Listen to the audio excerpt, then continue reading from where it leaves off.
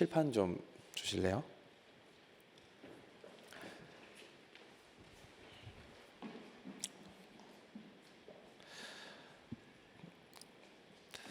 창세기 1장은 천지창조의 내용인데 전체적인 숲을 보여주었다면은 창세기 2장은 나무를 보여주는 내용들입니다. 그래서 천지창조를 더 자세하고 세밀하게 표현한 것이 바로 창세기 2장인데요. 그 6일 동안의 창조 중에서 며칠째 창조를 자세하게 기술했다고 말씀드렸죠? 며칠째라고요? 6일째. 6일째 특별히 누구를 더 어떤 피조물을 자세하게 묘사합니까? 바로 사람에 대한 그런 구체적이고 자세한 내용들이 나옵니다. 그런데 이제 사람을 만들 때요, 이 창세기 1장 27절에 보면요, 한 장 뒤로 넘겨서 1장 27절 이렇게 나옵니다. 하나님이 자기 형상과 하나님의 형상대로 사람을 창조하시되 남자와 여자를 창조하시고, 이렇게 나오죠. 사람을 창조하시되 사람이 한 존재가 아니라 두 존재입니다. 남자와 여자. 그런데 동시에 창조하신 게 아니었어요. 시간 순서가 있습니다. 제일 처음에 누구를 먼저 창조했냐면은 남자를 먼저 창조했는데, 이 남자는 바로 흙 플러스 생기로 만들었습니다. 그 다음에 여자를 만드셨습니다. 상식대로라면요, 여자도 흙 플러스 생기로 만들어야 됩니다. 그런데 이 여자는 특별한 방식으로 만드셨습니다. 그게 오늘 말씀의 포인트입니다. 여자는 흙 플러스 생기가 아니라 특별한 공정을 거칩니다. 피조물은요, 다 이 모든 특별히 짐승들, 6일째 만든 모든 짐승들은 다 흙으로 만들었어요. 강아지, 고양이, 코끼리, 사자, 기린, 공중의 새, 다 뭘로 만들었을까요? 흙으로 만들었어요. 오늘 읽은 2장 19절에 보니까 이렇게 나옵니다. 여호와 하나님이 흙으로 각종 들짐승과 공중의 각종 새를 지으시고, 이렇게 나오죠. 그래서 모든 이 짐승들, 새들 다 흙으로 만들었어요. 근데 생기는 없어요. 그래서 이제 영혼이 없는 존재죠. 그런데 이 여자는요, 특별한 공정을 갖추는데, 여기 보니까 자, 어딜 보냐면은 21절에 보니까 여호와 하나님이 20절에 보니까 아담이 모든 가축과 공중의 새와 들의 모든 짐승에게 이름을 주니라. 아담이 돕는 배필이 없으므로. 모든 피조물을 만들고 이제 아담이 이름을 짓습니다. 코끼리, 코악인의 코끼리, 목이긴의 기린. 그런데 보니까 다 이 얘네들이 뭐가 있어요? 다 짝이 있는 거예요. 짝이 암컷이 있고 수컷이 있는 겁니다. 그러니까 이 아담은 현타가 왔어요. 그래서 20절에 뭐라니까? 돕는 배필이 이제 없다, 이렇게 나오잖아요. 왜? 짐승도 다 짝이 있는데 아담은 혼자인 겁니다. 그리고 그 18절에 보니까 여호와 하나님이 이르시되 사람이 혼자 사는 것이 좋지 아니하리니 내가 그를 위하여 돕는 배필을 지리라. 아담은요, 혼자서는 불완전한 존재였습니다. 하나님 보시기 좋지 않았어요. 다 좋았는데 아담은 안 좋았어요. 왜? 누가 없었기 때문에요? 돕는 배필이 없었기 때문입니다. 그래서 하나님께서는 아담이 외로워하고 고독해하는 것을 느끼시고는 새로운 배필을 만드셨습니다. 그게 바로 21절에 보니까 여호와 하나님이 아담을 깊이 잠들게 하시니 그가 갈빗대 하나로 취하여서 살로 대신 치우고, 22절에 여호와 하나님이 아담에게서 취하신 그 갈빗대로 여자를 만드시고 그를 아담에게로 이끌어 오시니 이렇게 나옵니다. 이 여자는 특별한 공정을 통해서 만들었는데요. 첫 번째, 원재료가 뭡니까? 흙이 아니라 아담이에요. 아담. 그런데 이 아담이 뭐 했습니까? 아담이 잠들었어요. 재운 다음에 두 번째, 그 다음 뭘 합니까? 아담에게서 무엇을 취합니까? 갈빗대를 취합니다. 갈빗대. 그러니까 아담이 재료인데 더 정확하게는 아담의 갈빗대입니다. 그리고 마지막으로 하나님께서 데려오셨죠. 하나님께서 아담에게 데려온 여자를. 자, 이것은 아주 중요한 의미가 있습니다. 아담이 잠들었다고 했잖아요. 그리고 그 가운데 갈빗대를 취해서 여자를 만들었어요. 그러니까 여자는 아담에게 속해 있는 존재라는 것을 일단 보여줍니다. 그런데 원래 있던 거를 만든 게 아니라 하나님께서 특별하게 이 아담에게 이 순서를 통해서 여자를 만드실 때 특별함을 부여하셨습니다. 자, 1번 문제입니다. 이게 다 받으셨죠? 이거 적으면서 보시면 됩니다. 자, 1번. 아담이 잠들었다는 의미가 뭘까? 잠들다, sleeping인데 사실은 더 깊은 의미가 있습니다. 이 뜻이 바로 마가복음 5장 38절에서 39절에 나옵니다. 방송실 화면 한번 틀어줄래요? 자, 회당장 집에 함께 가사 떠드는 것과 사람들이 울며 심히 통곡함을 보시고 들어가서 그들에게 이르시되 너희가 어찌하여 떠들어 우느냐 이 아이가 죽은 것이 아니라 잔다 하시니 이렇게 나옵니다. 이 장면은요, 야이로의 딸이 죽었습니다. 예수님께서 오셨지만 이미 죽어서 울음바다가 되었습니다. 아이고 우리 딸 죽었네 어떡하나. 예수님 말씀하셨어요. 죽은 거 아니야, 자는 거야. 그런데 아이는요 사실 죽은 상태였어요. 근데 예수님은 고백하셨습니다. 죽은 게 아니라 자는 것이다. 한 번 더 볼게요. 여기 보면 사도행전 7장 60절 나오거든요. 자, 무릎 꿇고 크게 불러 이르되 주여 이 죄를 그들에게 돌리지 마옵소서 이 말을 하고 자니라 이렇게 나오죠.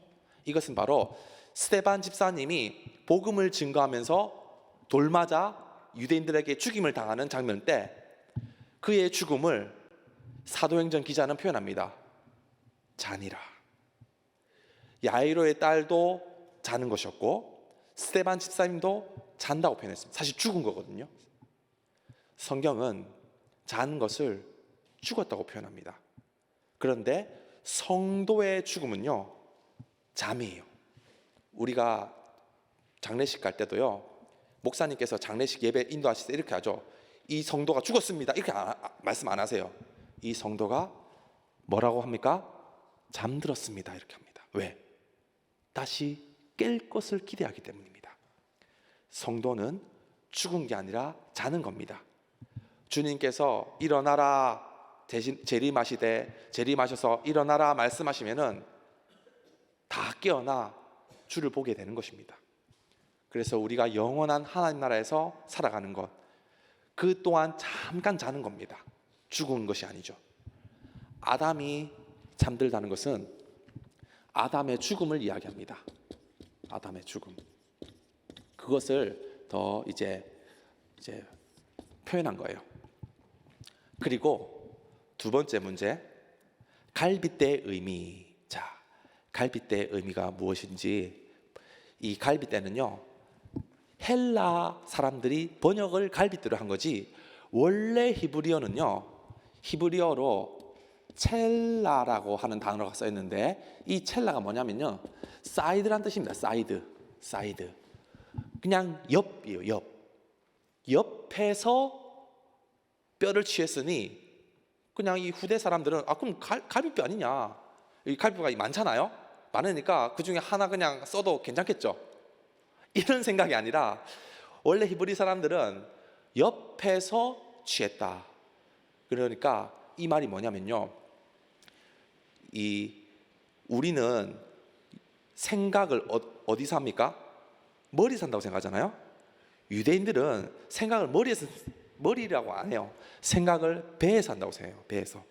배가 생각의 장소고 마음의 장소고 그리고 영혼의 자소라고 그들은 여겼어요. 그래서 예수님께서도 내 배에서 생수의 강이 터져 나온다는 것은 배가 영혼이 깃들고 있는 곳이라고 여기기 때문이에요.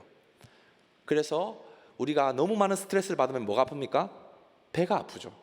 그러니까 이 배가 마음, 영혼이 있는 곳이라서 가장 우리 신체에서 중요한 곳이라고 그들은 여겼어요. 그러니까 그냥 옆구리 뼈가 많으니까 그 중에 그냥 하나 하면 괜찮겠지, 다른 데보다는 머리뼈를 할 수는 없잖아 하면서 그냥 남는 거 하나 취한 게 아니라, 아담 하와를 만드실 때는요, 아담의 가장 중요한 부분을 취하셔서 만드셨다는 거예요. 잠 깨라고 딱 이렇게 사인을 주네. 그래서 사이드는 바로 이제 가장 중요한 부분이고, 이제 이를테면은 이제 갈비뼈가 아니라 옆구리라고 볼 수 있죠. 옆에서 취했다. 자, 이 갈비뼈 그럼 성경에서는 그럼 어떻게 나오냐? 성경은요, 성경의 난해한 구절은 항상 다른 성경으로 밝히 비춰서 해석해야 합니다. 다른 어떤 사람의 말을 듣는 게 아니라 성경은 성경으로 해석한다. 이게 기본 원리인데, 요한복음 19장 34절 한번 보겠습니다. 자, 예수님 십자가 죽으실 때요, 이렇게 표현합니다. 그중 한 군인이 창으로 옆구리를 찌르니 곧 물과 피가 나오더라. 예수님께서는요, 십자가에 죽으실 때 옆구리에 창에 찔림을 당하셨습니다. 그 왜 찔렸을까요? 심심해서 찔렸습니까? 가장 중요한 부분이 상하신 겁니다. 그게 바로 옆입니다. 그래서 아담 역시 죽음을 경험했고요, 옆구리에 손상이 가해졌어요. 그랬더니 누가 나왔습니까? 하와가 나왔습니다.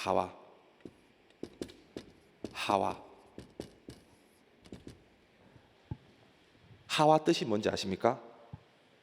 여기 3번 문제인데 3번에 여자의 의미가 나오는데 3장 20절을 보겠습니다. 한 장 넘겨서 3장 20절을 보면은, 자, 같이 한번 읽어볼까요?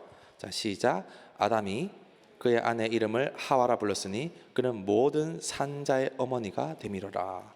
자, 이 하와는 산자의 어머니인데 이 살았다는 것을 이야기합니다. 사실은 바로 하와의 뜻은 생명입니다. 생명. 아담이 죽었습니다. 옆구리가 찔렸습니다. 그러자 하와라는 생명이 나왔어요. 아까 예수님께서도 십자가에 죽으셨습니다. 옆구리가 찔리셨습니다. 그런데 거기에서 뭐가 나왔습니까? 물과 피가 나왔다고 나왔죠. 물과 피는 무엇을 말합니까? 피는 생명이라. 물과 피는 곧 생명을 말합니다. 그래서 아담이 하와를 만든 이 특별한 순서는 바로 예수 그리스도께서 죽으시고 옆구리를 찔리심으로 말미암아 물과 피를 쏟으셨듯이 바로 교회를 만드신 것으로 볼 수 있다는 겁니다. 그래서 아담이 하와를 만드신 것은 예수님이 교회를 세우신 것과 같다는 거예요.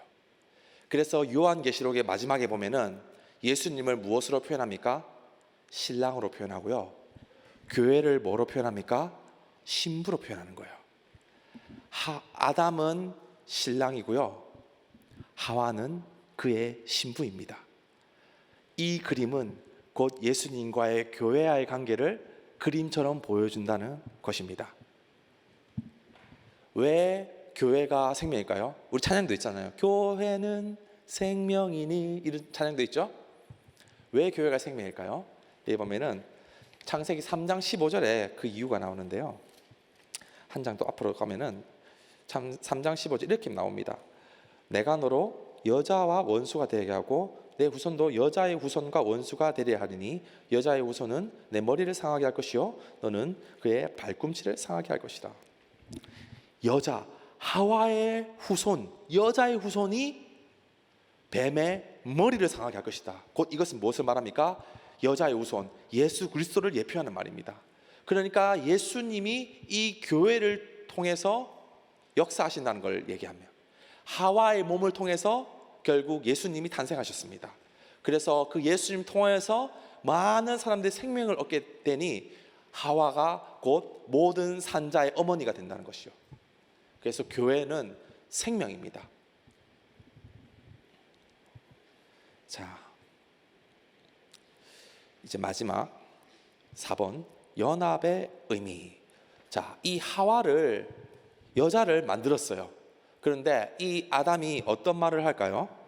자, 2장 23절에 보니까 이제 아담에게 이끌어 오시니 아담이 이르되 너는 내 뼈 중에 뼈요 살 중에 살이라. 남자에게서 취하셨즉 여자라 부르리라.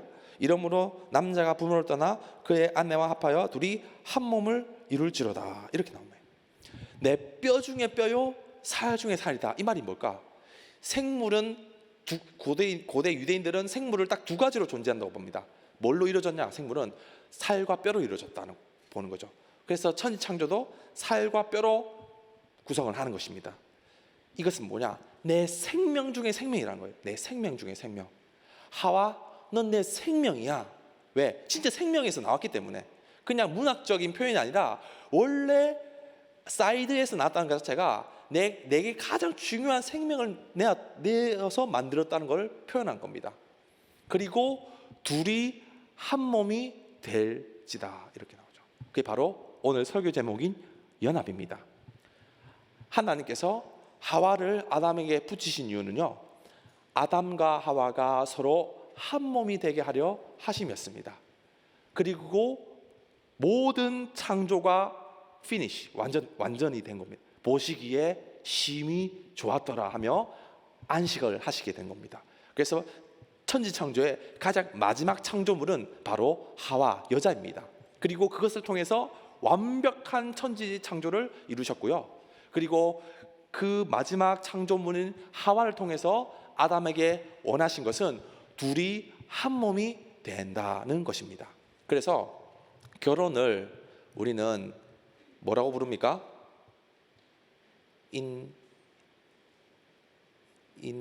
뭐라 하더라? 갑자기 까먹었다. 대사라고 하는데 무슨 대사? 인륜지 대사라고 하죠. 감사합니다, 부장님. 인륜지 대사인데 사람이 하는 일 중에서 제일 중요한 일이라고 표현하는 거거든요. 근데 사실은 그게 아니라 하나님께서 만드신 거예요. 그리고 가장 중요하게 여기신 겁니다. 그래서 오늘 나눔 제목 보면요, 1번 제목이 뭡니까? 깜짝 놀랐겠죠. 결혼 계획에 나는 이게 이제 궁금해서 물어보는 게 아니라 이 성경의 원리에 따라서 제가 질문을 작성한 겁니다.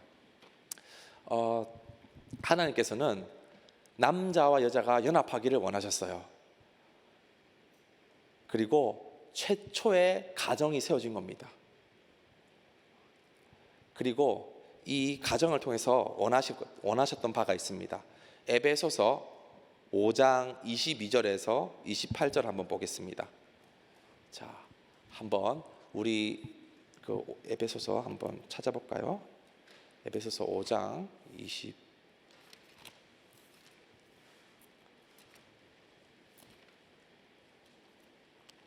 에베소서 잠시만요.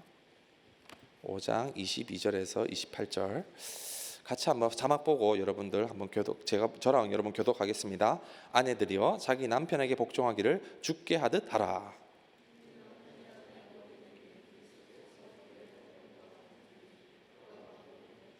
그러므로 교회가 그리스도에게 하듯 아내들도 범사에 자기 남편에게 복종할지니라.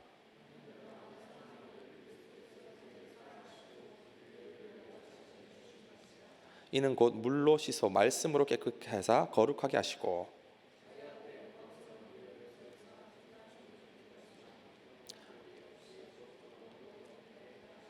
이와 같이 남편들도 자기 아내 사랑하기를 자신과 같이 할지니 자기 아내를 사랑하는 자는 자기를 사랑하는 것이라. 하나님께서는요, 이 에베소서 5장을 통해서 남편과 아내에 대한 말씀을 주셨는데 무엇으로 비유하냐? 예수님이 교회를 사랑한 것 같이 남편들이 아내를 사랑하라고 말씀합니다. 아내들도 남편에게 죽게 하듯 복종하기를 말씀하십니다.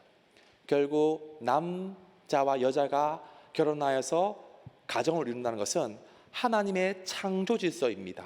그리고 그것을 통해서 연합하여 하나님의 영광 나타나기를 기뻐하신다는 겁니다.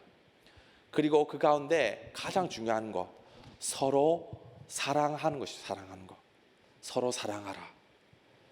하나님께서는 대단한 거 우리에게 찾는 거 아닙니다. 여러분 앞으로 한 100억 부자 돼가지고 한 50억씩 헌금하십시오. 비전 센터 지읍시다. 이런 거 요구 안 하십니다. 여러분 앞으로 선교사 파송 나가서 아프리카 가십시오. 이런 거 요구 안 하십니다. 하나님의 말씀은 아주 선명하고 단순합니다. 그것은 뭐냐? 서로 사랑하는 것입니다. 가정을 세우고 남녀가 서로 하나가 되어서 사랑의 가정을 일궈서 서로 복종하고 서로 존경하고 서로 사랑하며 살아가는 것, 그것이 하나님이 기뻐하시는 뜻이지 어떤 우리가 할 수 없는 대단한 어떤 목표를 주님이 원하시는 게 아니라는 것입니다. 여러분 이 시대가 얼마나 이런 가정이 무너지는 시대입니까? 역가정 시대입니까? 그리스도인들은 가정을 일궈서 하나님의 영광을 나타낼 그런 책임이 있다는 것이죠. 자, 로마서 6장 2절 3절 보겠습니다. 자, 이 자막을 보고 바로 한번 볼게요. 그럴 수 없느니라 죄에 대하여 죽은 우리가 그 가운데 더 살리오. 무릇, 같이 읽었습니다. 무릇 그리스도 예수와 합하여 세례를 받는 우리는 그의 죽으심과 합하여 세례를 받은 줄 알지 못하느냐. 가정을 이루는 것이 1차적인 하나님의 창조 질서의 명령입니다. 두 번째는요, 바로 우리가 우리의 신랑이신 그리스도와 연합해야 한다는 것입니다. 단순히 짝 찾아서 결혼하라는 메시지가 아닙니다. 이것은 결국 우리가 우리의 신랑인 예수님과 연합하고 하나 되고 함께 하는 것을 주문하고 있다는 것입니다. 여러분 고대인들은요, 여자들은요 신랑이 소망이었어요. 여자는 직업이 없습니다. 유일한 소망은 남편에게 들어가서 그가 벌어다 주는 어떤 양식을 가지고 가정을 일구고 자녀를 키우는 거에 유일한 소망이었습니다. 남편이 죽으면 소망 없는 것이고 남편이 어떻게든 서야 그 여자도 살 수 있는 겁니다. 원리는 여전히 동일합니다. 양성평등 시대이지만 이 성경의 질서는 여전히 유효합니다. 특별히 우리가 신앙생활을 할 때 내 힘과 내 능력으로 내 인생을 구원하겠다가 아니라 우리의 유일한 소망, 유일한 구원은 어디 있느냐? 오직 우리의 신랑 되신 예수님과 연합하는 것에 있다는 것입니다. 예수님과 함께하고 예수님과 동행하고 예수님 늘 의지하는 그런 믿음으로 살아가는 것, 그게 우리 인생의 소망이라는 것입니다. 여자의 소망은 남편에게 나아가는 것이듯이 우리의 소망은 오직 예수님과 하나 되는 것, 한 몸 되는 것, 그것이 소망입니다. 그것은 곧 뭐냐? 그냥 하나 됐다 하는 게 아니라 그의 죽으심과 합하는 것이고 그의 살아나심과 합하는 것입니다. 예수님 죽으셨듯이 나도 죽고 예수님 살아났듯이 나도 산다는 것입니다. 우리가 그 컴플레인 많이 받았던 갈라디아서 2장 20절 말씀 다 외우셨습니까? 내가 그리스도와 함께 십자가에 못 박혔나니, 이렇게 말하죠. 그러니까 예수님 아이고 그냥 십자가에 못 박히셨군요 이렇게 아니라 나도 함께 그 십자가에 못 박히는 겁니다. 그게 연합입니다. 내가 그리스도와 함께 십자가에 못 박혔나니 그런즉 이제는 내가 사는 것이 아니요 오직 내 안에 그리스도께서 사시는 것이라. 이제 내가 육체 가운데 사는 것은 나를 사랑하사 나를 위하여 자기 자신을 버리신 하나님의 아들을 믿는 믿음 안에 사는 것이라. 그래서 우리가 진정으로 성도됨을 살아나기 위해서는 나도 예수님과 함께 십자가에 못 박혀야 한다는 것입니다. 그리고 예수님과 함께 부활할 것입니다. 믿으십니까? 그 믿음으로 나가야 합니다. 갈라디아서 1장 6절입니다. 마지막이에요. 같이 한번 읽어보겠습니다. 그리스도의 은혜로 너희를 부르신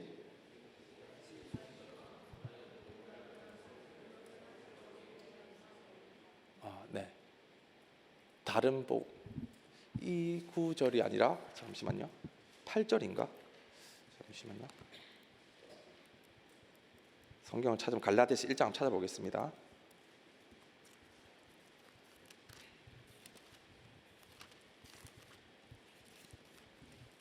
갈라디아서 1장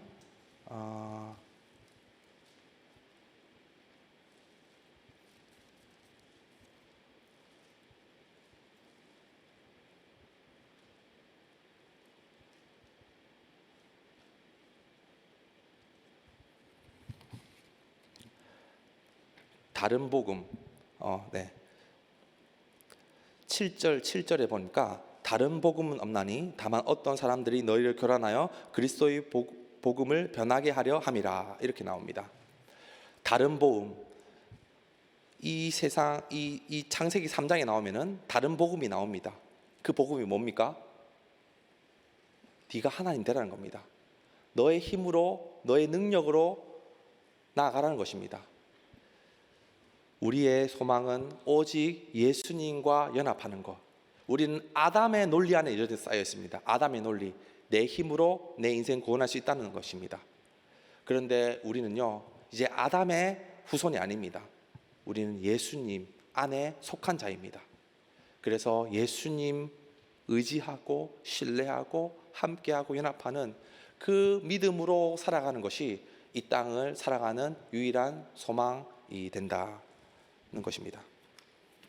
그리고 그것에 대한 구체적인 실천은요, 서로 사랑하는 것입니다. 사랑하는 것.